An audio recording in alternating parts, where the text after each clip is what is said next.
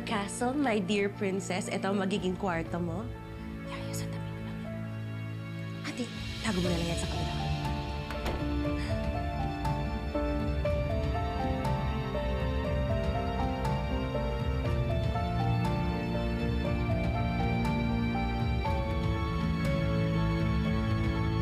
Pinag-shopping kita.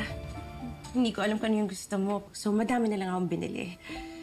Kung kailangan mo ng tulong, magsabi ka lang. May mga katulong tayo dito. Tsaka yung mga dati mong damit.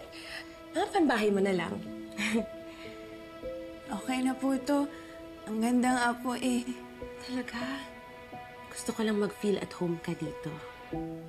Isipin mo, bahay mo na rin to. Salamat po, Miss Divina. Princess. Simula ngayon, tawagin mo akong Mommy, Mama, Ma, Mom.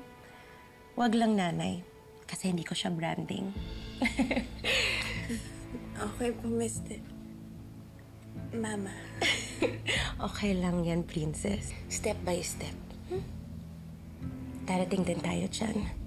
Basta masaya ako na nandito ka na. Na magkasama na tayo. Masaya rin po ako na kasama ko na po kayo. Sa wakas, may nanay na po ako na matagal ko na pong inaantay. Maiiyak na naman ako. Ikaw talaga.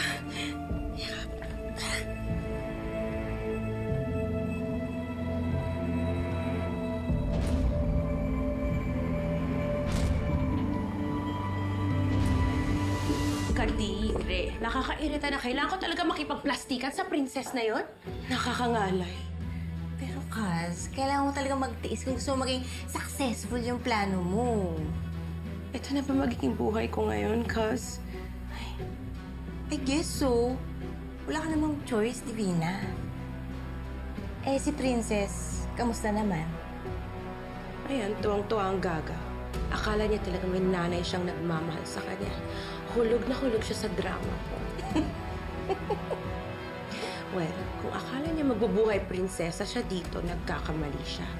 Mas malala pa sa selda sa loob ng CDJ nang pinasok niya dito.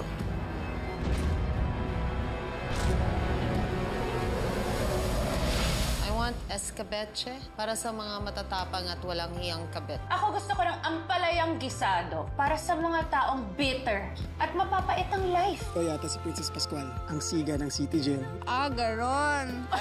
Ganun. Talaga tumigil. Ginagawa niyo dito? Libre dito na ako nakatira.